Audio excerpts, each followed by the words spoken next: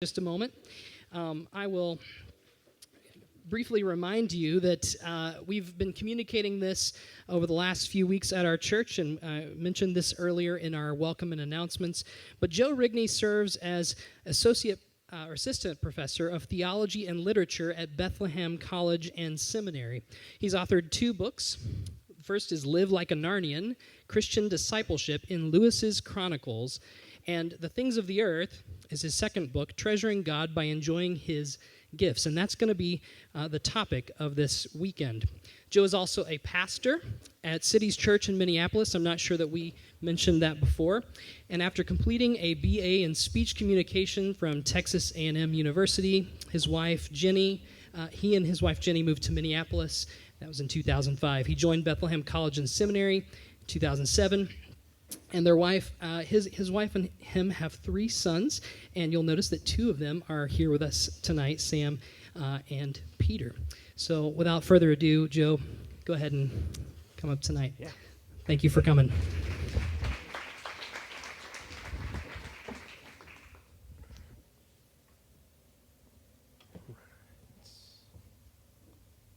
There we go. Good. All right. Yeah, good. All right. Is this on here? We good? All right. Good. Well, it's good to be with you all. Why don't I pray as we begin our time? Father, I am grateful for your goodness and kindness to us. Grateful for the wonderful weather this weekend. Grateful for the meal we just shared and the time of laughter and joy in the talent show. And Lord, we pray now as we turn to your word that you would meet with us, and that in reflecting on the scriptures, we would find encouragement, and that you would give us grace so that we might walk in your ways and know you more deeply. We pray all this in Jesus' name. Amen. Well, it is a privilege to be with you, and I'm excited for the 3 messages I have to share. I have, as it was mentioned, I've written a book on this, and so I am going to try to squeeze a bunch of stuff into 3 messages, and actually, it was just providential timing because I took the big book. That big book intimidates people, apparently. And so my publisher asked if I could write a littler book version of it, which I just finished a few weeks ago. And so this was a good opportunity to revisit and give some fresh thought to these important themes. So maybe I'll set up the weekend this way. Turn your eyes upon Jesus. Look full in his wonderful face, and the things of earth will grow strangely dim. Okay, good. You're familiar with this song, In the Light of His Glory and Grace. Okay, that's a hymn. It's a hymn I grew up singing in my church in Texas. And in this hymn, the basic message is that the things of earth, when Jesus shows up, they grow dim, they grow dull, they grow dusty. Okay, that was one message I got from hymns. But then we'd sing other hymns. We'd sing, "This is my Father's world. He shines in all that's fair. In the rustling grass I hear him pass. He speaks to me everywhere." And so then, as you grow up, as you get more thoughtful, you begin to wonder which song you're supposed to sing, right? When Jesus shows up, do the things of earth grow strangely dim, or do they shine? Does he shine in all of the fair things of earth, right?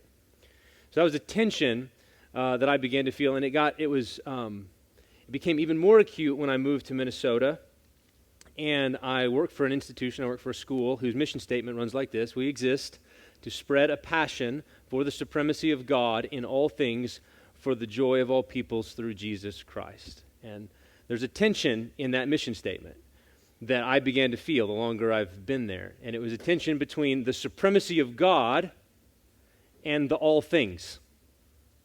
The supremacy of God. So God is supreme. We want to live for the glory of God. We want to put God first in our lives, and yet we're surrounded by all the things that bring us joy, all the things that bring us delight, and all the things that at least have the potential to distract us from that single-minded devotion to Him. And so there became this practical tension. That book, these talks emerged from a very practical tension in my life that maybe here's a passage that speaks to it. This is Psalm 73, 25 and 26. Whom have I in heaven but you? And on earth there is nothing I desire besides you. My flesh and my heart may fail, but God is the strength of my heart and my portion forever. So you hear in that passage, there's nothing I desire besides God. He's my all, He's my everything, He's my portions, and we love to write songs kind of based out of that. We write songs, we love to sing songs, and yet if we stop to think about it, do we really mean it? Like, on earth there is nothing I desire besides you, and you, really? You don't desire your family? You don't desire your friends? You don't desire your hobbies or your favorite foods? If we're honest, sometimes it feels like we're speaking out both sides of our mouth. On the one hand, we say, there's nothing I desire beside you, God, and on the other hand, we say, except all of the other things that I desire. And so there's this tension. How does a single-minded pursuit of the glory of God fit with a real and deep enjoyment of the things of earth? Or let me get even more concrete. How does this rock-bottom biblical truth that we are called to glorify God by delighting in Him above everything else relate to your enjoyment of good friends and ice cream with those little brownie bites, and those was good. Those good. The laughter of children and West Texas sunsets and college football and October baseball? How does the truth that we are called to glorify God by delighting Him relate to all of those things? And if you're like me at all, I'm guessing you've felt that tension at some point in your life. You can feel torn between your desire to love and honor God above everything and your unavoidable and inescapable enjoyment in everything. There's kind of a low-grade guilt. This is what it was for me, a low-grade guilt whenever I would really enjoy an earthly pleasure. It's kind of in the back of your head, like maybe I'm enjoying this too much. Now, what's interesting about that, what is too much? Whatever that means. Or a sense, I'm not enjoying God enough, whatever that means. Or maybe we begin to treat created things like a hot potato, okay? Like when your delight in physical affection, chocolate ice cream, walk around the lake in early fall, and you look at it kind of skeptically with a wary eye because you wonder whether it's too precious to you. Or maybe, this was another thing I noticed about myself, I had a sense that as I grow in holiness, as I become more like Jesus, that my enjoyment of fresh raspberries, like right off the plant, and lively conversations with friends and gardening in the springtime, as I grew in holiness, I thought all of those loves will diminish. They'll grow dim. Because I'll be increasingly satisfied with God alone.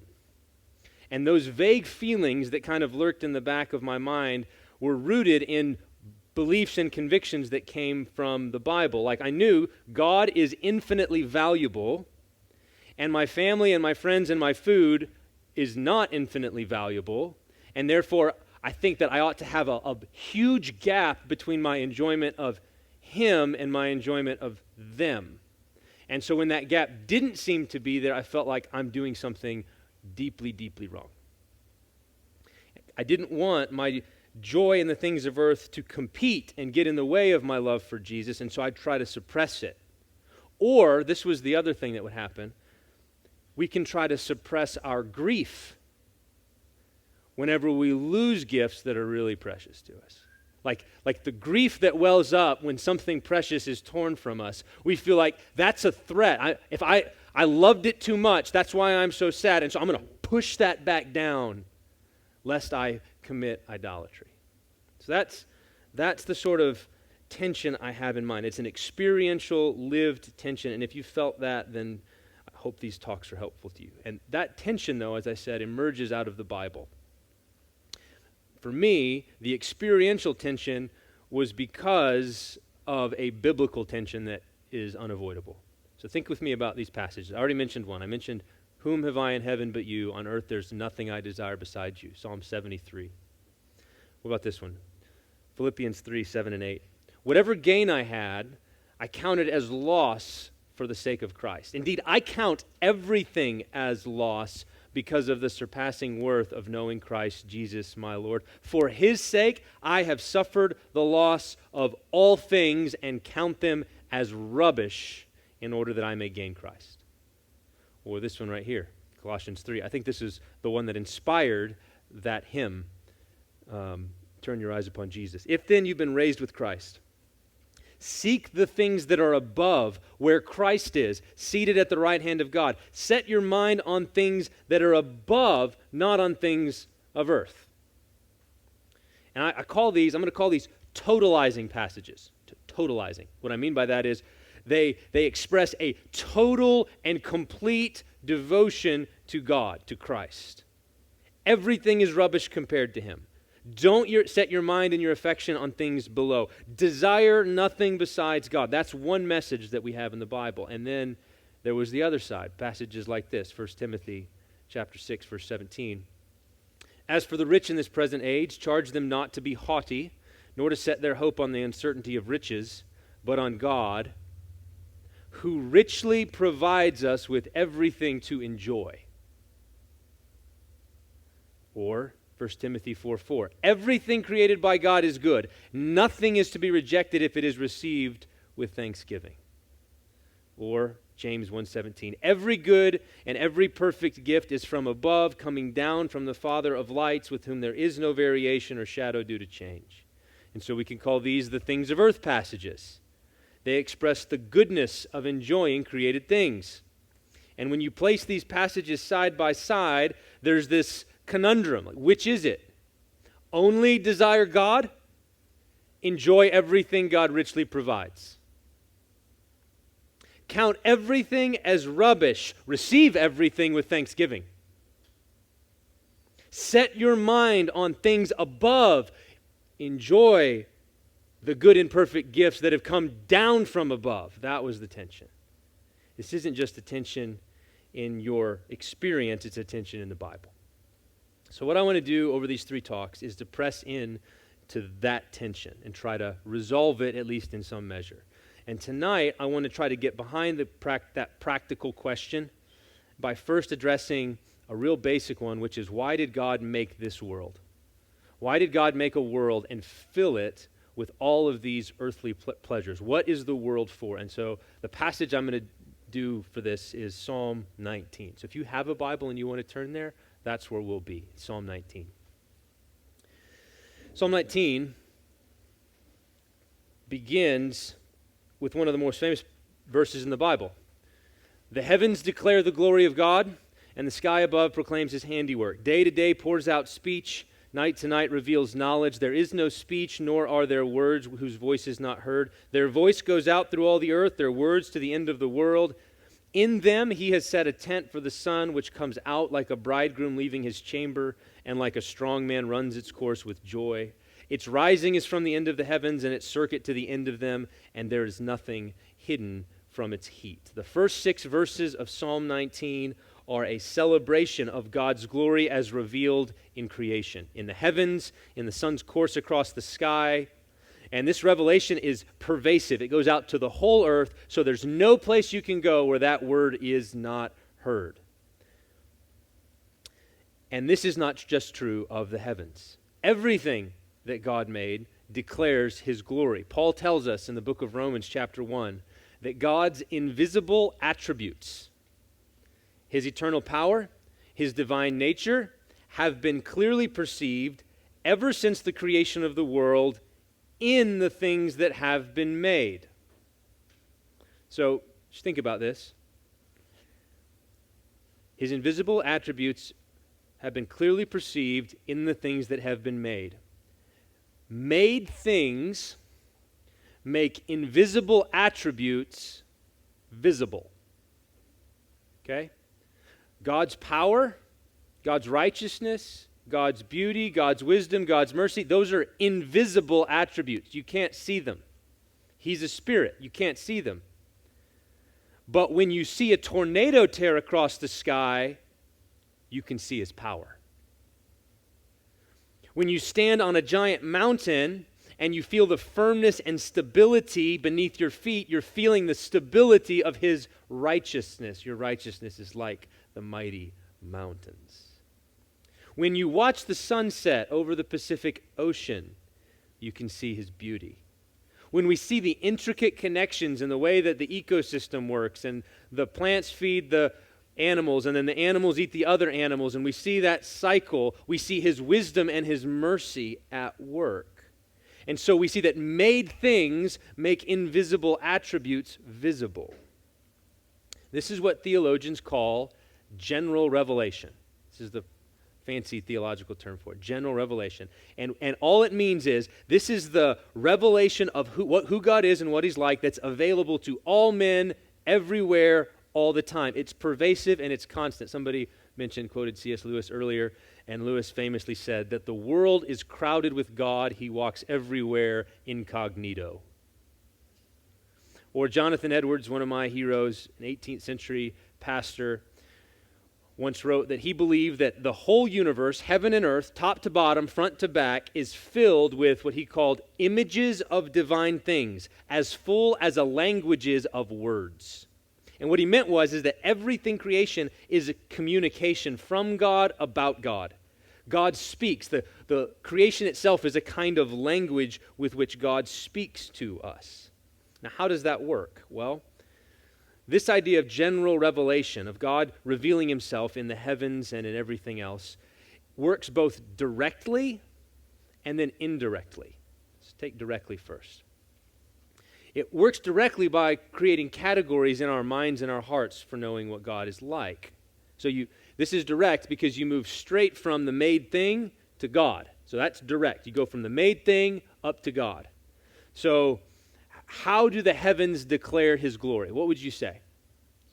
Be a little interactive here. What would you say? How do the heavens declare his glory? Infinity, size, right? You see how vast they are. The vastness of the heavens is a testimony to his vastness, his infinitude, right? And so you look at the heavens and you go, God's like that. That's direct. Does that make sense? Okay.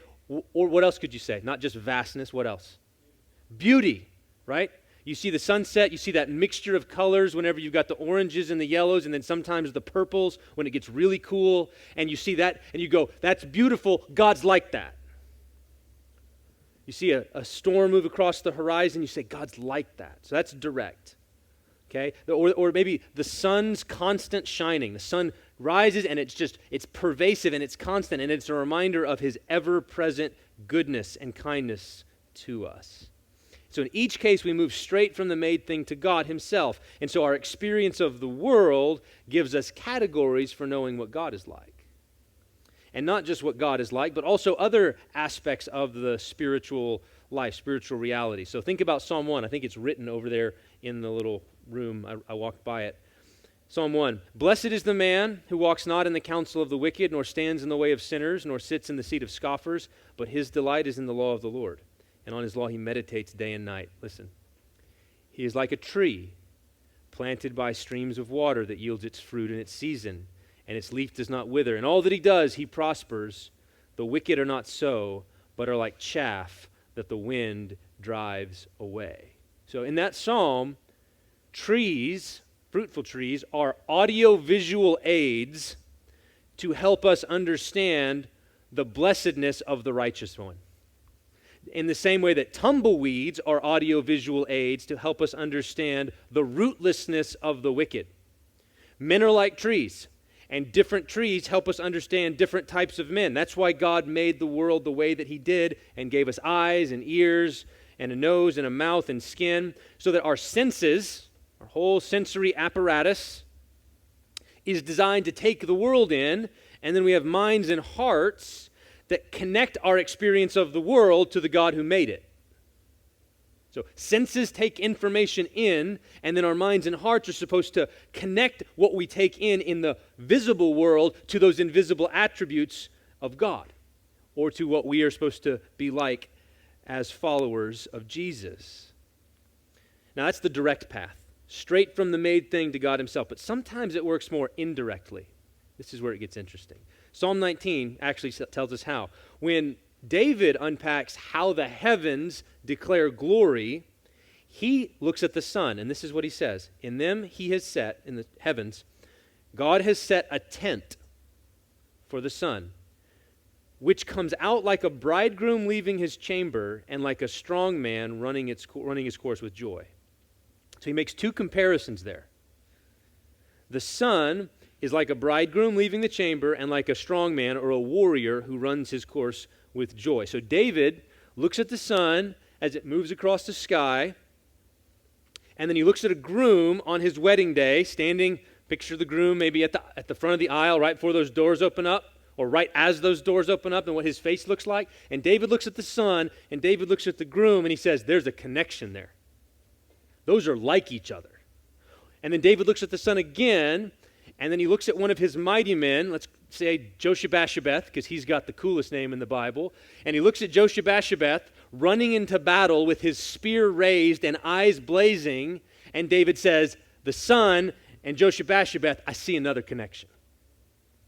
The sun is like the groom, and the sun is like the mighty man. That's what David sees. In the brilliance of the sun, he sees the gladness of a groom. In the blaze of the sun, he sees the blazing intensity of a warrior. And it's that indirect image, right? He doesn't go straight from the sun to God. He goes from the sun to the groom to the warrior, then to God, and says that's how the heavens declare the glory. The sun is bright and triumphant. The bridegroom's face is shining as he stands at the aisle. The warrior is intense but joyful because he's doing what he was built to do. And that web of images is all what takes us to God because, and not just God, but to Jesus, right? Whose face is shining like the sun in its full strength, according to Revelation chapter 1. Who is like a bridegroom rejoicing over his bride? As the bridegroom rejoices over the bride, so shall the Lord your God rejoice over you. And who is the strong man who ran the race set before him for the joy set before him, enduring the cross, despising shame? All of those images land on Jesus so that you can know what Jesus is like. And so this means that reality, the world that we live in, is a web of images and pictures and analogies and metaphors and patterns, all held together by God. And this is the way metaphors work, right? Analogies, similes. You take one thing and you set it next to another thing, and by looking at them together, you understand both of them better. You put one thing next to another thing, and by the comparison, you can understand both of them better. Warriors help us understand bridegrooms. Bridegrooms help us understand warriors. Both help us see the glory of God. And so if we want to know God through the world that He's made, we don't always go directly to Him. Sometimes we go between the images, among the things of earth, and we understand how they relate to each other, so that the whole picture and the whole experience of the world then leads us to God. He draws us into this web of creation so that we could know Him through all of it. And notice something about each of those passages, right? Notice that as I unpacked them, it's something outside of the Bible that helps you understand the meaning of the Bible. Like if you've never seen the sun move triumphantly across the sky, then Psalm 19 doesn't mean anything to you. Like if you were born in a box and never saw the sun, and then someone said, hey, look at this verse, you'd say, I have no idea what that's talking about. Or if you've never seen a fruitful tree on the bank of a river, or if you've never seen a tumbleweed blowing across the highway, then you don't know what righteousness is, and you don't know what the wicked are like. Or, this is one of my favorites, Jesus said, I'm the bread of life. If you've never been really hungry, and if you've never had the satisfaction of a meal after you've been really hungry, to feel what a hearty meal does to hunger, then when Jesus shows up and says, I am bread, you don't know what He means. Now, at this point, it's worth addressing an obvious question, because if God communicates Himself to us through creation, through these images and metaphors and analogy, does that mean that any metaphor that I choose, that I come up with, is fair game? Like anyone, I can just make anything up and apply it to God. How do you keep this from sort of going off the rails and becoming becoming a way for people with very fruitful imaginations to say all kinds of foolish things about God? And the answer, this is where special revelation, or the Bible, becomes really important. And that's actually what happens in Psalm 19. This is what happened after David celebrates the glory of God in creation. Here's the next verses, 7 through 12. The law of the Lord is perfect, reviving the soul. The testimony of the sure is sure, making wise the simple. Precepts of the Lord are right, rejoicing the heart. The commandment of the Lord is pure, enlightening the eyes. The fear of the Lord is clean, enduring forever. The rules of the Lord are true and righteous altogether. More to be desired are they than gold, even much fine gold, sweeter also than honey and drippings of the honeycomb. Moreover, by them is your servant warned. In keeping them there is great reward. And notice even there that David can't help but come back to creation, right? You want to know, how valuable is your Bible? How much money do you have? You're seeing a big pile of money? More to be desired are they than gold. How sweet are the Scriptures? Have you ever put honey on your tongue? Talk more about that tomorrow. But the point is, it's the law of the Lord that revives us, that makes us wise so that we don't say foolish things about God, that enlightens our eyes so that we see God accurately everywhere, and that guards us from error. So if Scripture, or if creation is like a language that God speaks to us through sight and sound and touch and taste, if that's how God speaks to us, then the Bible is like the grammar textbook. You guys are back in school. You guys have grammar textbooks. It's like the grammar textbooks. It teaches you the rules. It shows you how things work so that you're able to read the world rightly. That's why biblical authors are often pointing us out to the world to tell us how to live. Okay, so Jesus says, you anxious? What does Jesus say? If you're anxious, where does Jesus tell you to look? The birds. You anxious? Go look at the birds. Consider the lilies of the field. They don't toil, they don't spin, they don't do any of that. And look at how they're clothed. And you're supposed to look at them, and you're supposed to take them in with your senses, your eyes, and you're supposed to then use your mind to think, if God cares for them that way, and they're here today, gone tomorrow, He's going to take care of me. I don't need to be anxious. If you're lazy, where does Solomon tell you to look? Go to the ant, O sluggard, consider her ways and be wise. And how many parents, right? This is why we buy our kids those little ant farms, right? Look at that. Get back to work. In each of those cases, Jesus and Solomon point us to the world, explain the lesson, this is what you're supposed to learn, in order to teach us how to do it. How to learn to read the world so that we take encouragement and know what God is like. So that's the basic picture for tonight. That's all I wanted to get across, is that God created the world as a web of people, places, and things that are images of divine glory. He's given us bodies and senses to take the world in, and then minds and hearts to connect our knowledge of the world to the God who reveals Himself in it. And we're going to spend more time talking about what to do with that. But for tonight, I want to close by thinking a little bit more about creation's dimness in the light of Jesus' face. So let me add one more biblical passage and then we'll be done. This is Psalm 4:7. You have put more joy in my heart than when their grain and new wine abound. Okay, you can hear it. Talking to God, you've put more joy in my heart than they have when their grain and wine abound. So this is, again, one of those totalizing. It's like it's more, it's better. You're better.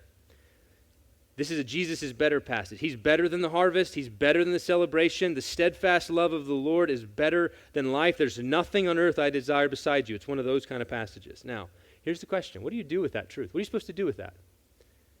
What's your heart response supposed to be? Let's use a simple example, okay? So I'm going to use pumpkin crunch cake, which is this awesome autumn dessert that my wife makes for us and that I ask her to make when it's not autumn. And she thinks that's weird because I'm like, but it doesn't matter that it's, March. I want pumpkin crunch cake. Okay? So pumpkin crunch cakes, okay? What do I do with the truth? Jesus is better than pumpkin crunch cake. Two possibilities. One is, I love pumpkin crunch cake, but Jesus is better. So maybe I shouldn't love that sweet pumpkin filling and that crispy cake topping and those crunchy pecans scattered around it so much. Maybe you know what I should do because Jesus is better? I should mix in a little vinegar into the recipe to spoil the taste. Maybe I should suppress my satisfaction in the cake so that it doesn't compete with my satisfaction in God. That's one way to respond. The other way to respond is this cake is unbelievably good. And it is just a fleeting taste of the fullness of joy that Jesus offers. As I eat it, I want to do so in such a way that I also taste and see that the Lord is good. You see the difference? In that first case, we're trying to make Jesus better by making creation worse. In the second, we let creation be grand only to remind ourselves we've not yet experienced true grandeur. In the first, we want to make the cake dim so that Jesus shines brighter. In the second, we let the cake be itself in all of its creamy and crunchy goodness, and we discover that in the light of his face, the things of earth grow strangely bright. In the first, we make creation stoop so that Jesus stands taller.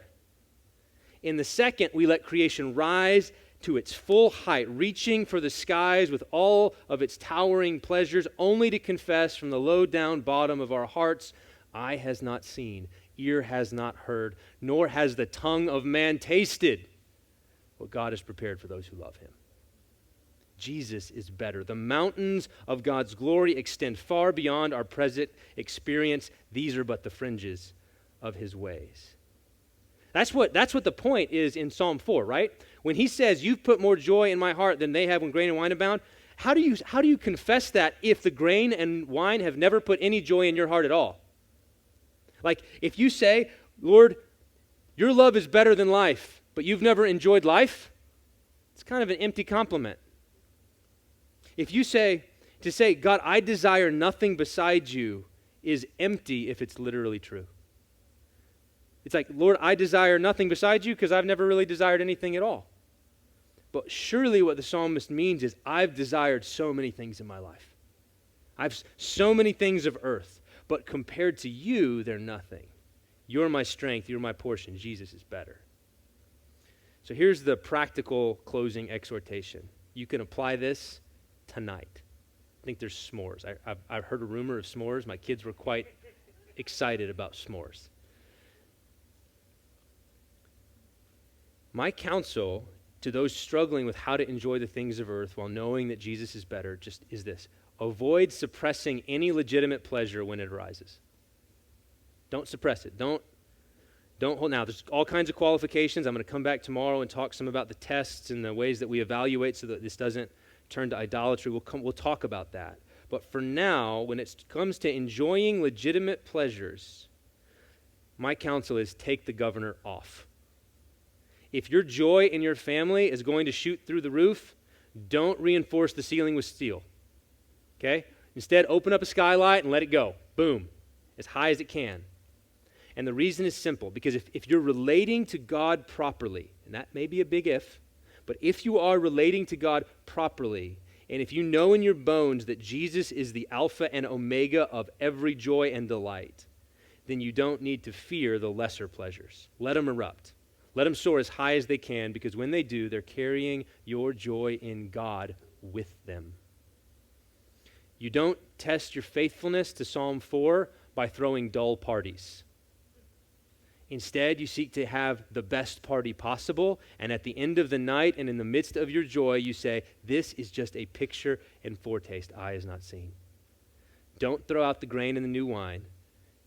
Instead, gather in the sheaves and the grapes, add a fatted calf and some pumpkin crunch cake, and teach the world the meaning of feast. And do so knowing that one day, when we're reaped and gathered into barns, the mountains will flow with wine, and the Son of Man himself, eyes twinkling with the joy set before him, will offer us the cup. Let's pray. Father, I pray for our time this weekend. I pray that it's good. I pray that the s'mores in a bit are really good, and that we really taste and see how good they are so that we can taste and see how good you are.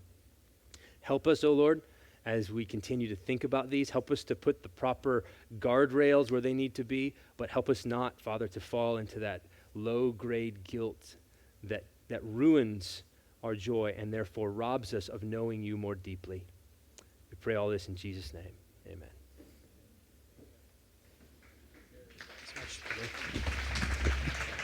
Thank you, Joe. We're really excited to hear from Joe again tomorrow. Just before we dismiss here, I do have a couple of announcements. The campfire and s'mores